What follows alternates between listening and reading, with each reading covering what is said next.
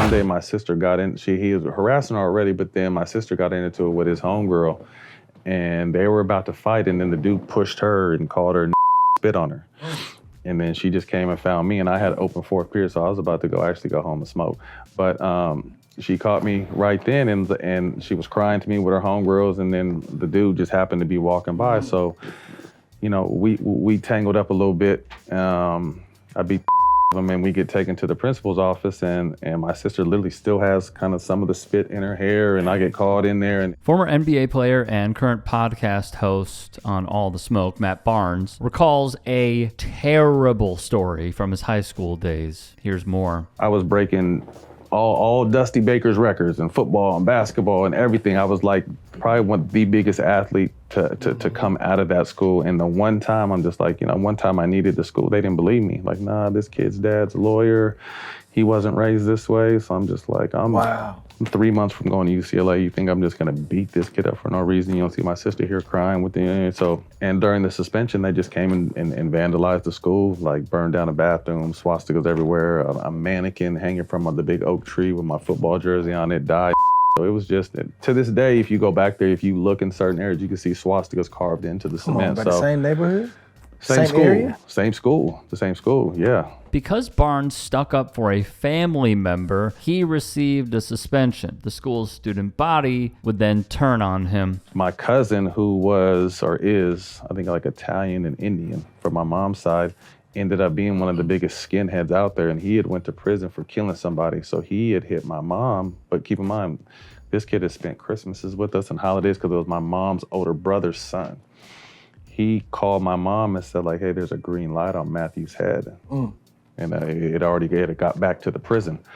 So we actually had to move, and we had the NAACP was like 24-hour security for us. Bro, that's some old school racism. The host, Andre Ward, is one of the most talented boxers ever to compete, like pound for pound, one of the best that I personally have ever seen. He, like Barnes, is from California. After the incident, the racist, per the Sacramento Bee in the year 2000, wrote, on the walls this is, "Die Matt Barnes," accompanied by swastikas, cartoon drawings, and racial epithets sprayed all over a bathroom. It would be burned down. At the time, the officials with the Sacramento County Sheriff's Office investigated and concluded what took place constitutes a felony hate crime. They added felony arson charges could be a result. The outlet printed that Del Campo High School was roughly 90% white and only 2% black. Officials stated the school has no overt racial tensions. Principal Gail Pierce would say, quote, "The kids are very upset. It goes without saying that it is unacceptable." One quote that stands out from the original article was from Sheriff Sergeant James Cooper,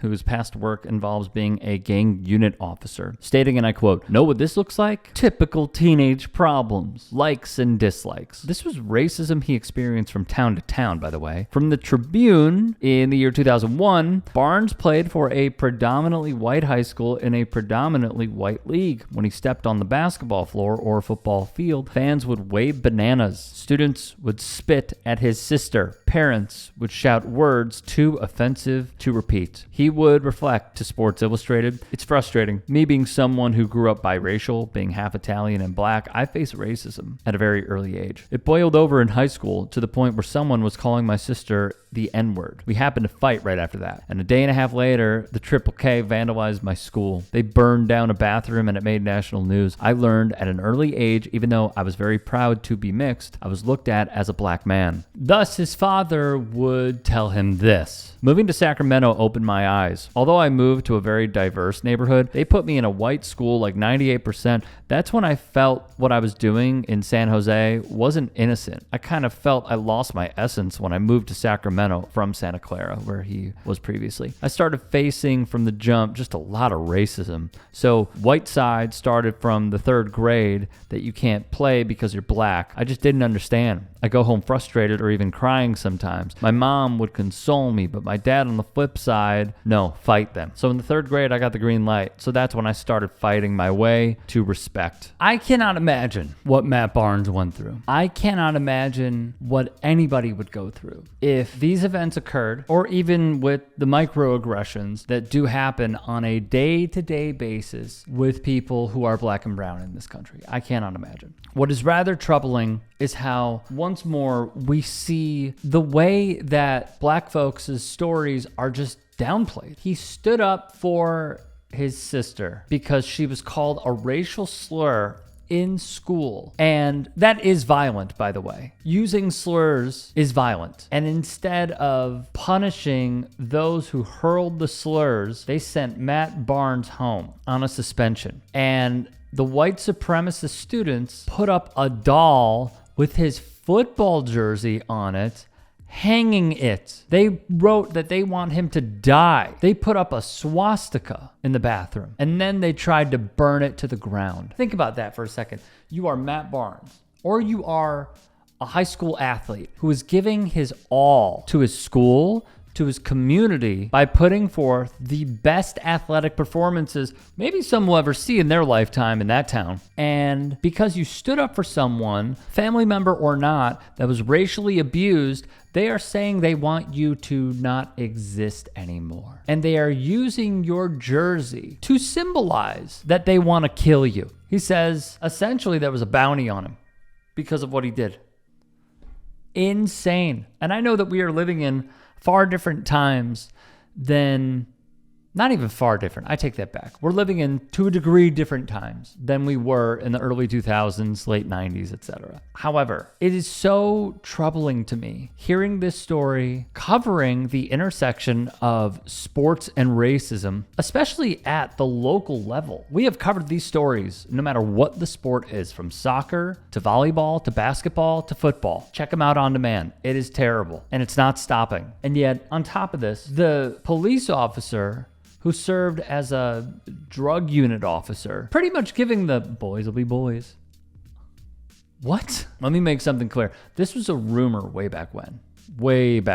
I don't even know if it was confirmed. But the talk of the town, in my hometown, was that there was one dude, who shall not be named, that drew a swastika in the bathroom. Terrifying. Simply terrifying. And it worried a lot of us, me included. It was weird. Like Matt Barnes, did it deter me from going to school? No. It was almost downplayed to a degree. But they didn't have a caricature of someone up and hanging them. It is just so incredibly alarming. And I'm grateful that he shared this story, not just to the audience, but also to, as I stated previously, one of the best boxers I have ever seen in my lifetime. Like, him and Floyd are the creme de la creme of what I have seen in Andre Ward, Oakland's finest. And I give a shout out to them, both of them, for not only sharing this, but also speaking their truth. Because clearly, it's not necessarily about moving on. That is a certain degree. But it also defines us. Our past defines us in certain ways. And what Barnes did that really stands out to me is that he didn't let this deter him either. And he came back even stronger. His mom tried to get him to not go back. And he was determined, because he wasn't going to let white supremacy get him down. And I cheers to that. Hey, I appreciate you watching. Now, if you can, please do become a channel member by going to youtube.com/TYT Sports and clicking the join button. If that's too much for you, you can just go to tyt.com/join to become a member. It helps all of us out here at the Young Turks and keeps our network afloat. In addition, you could follow me on my socials on Twitter, Instagram, and TikTok. Appreciate the love. Have a great day.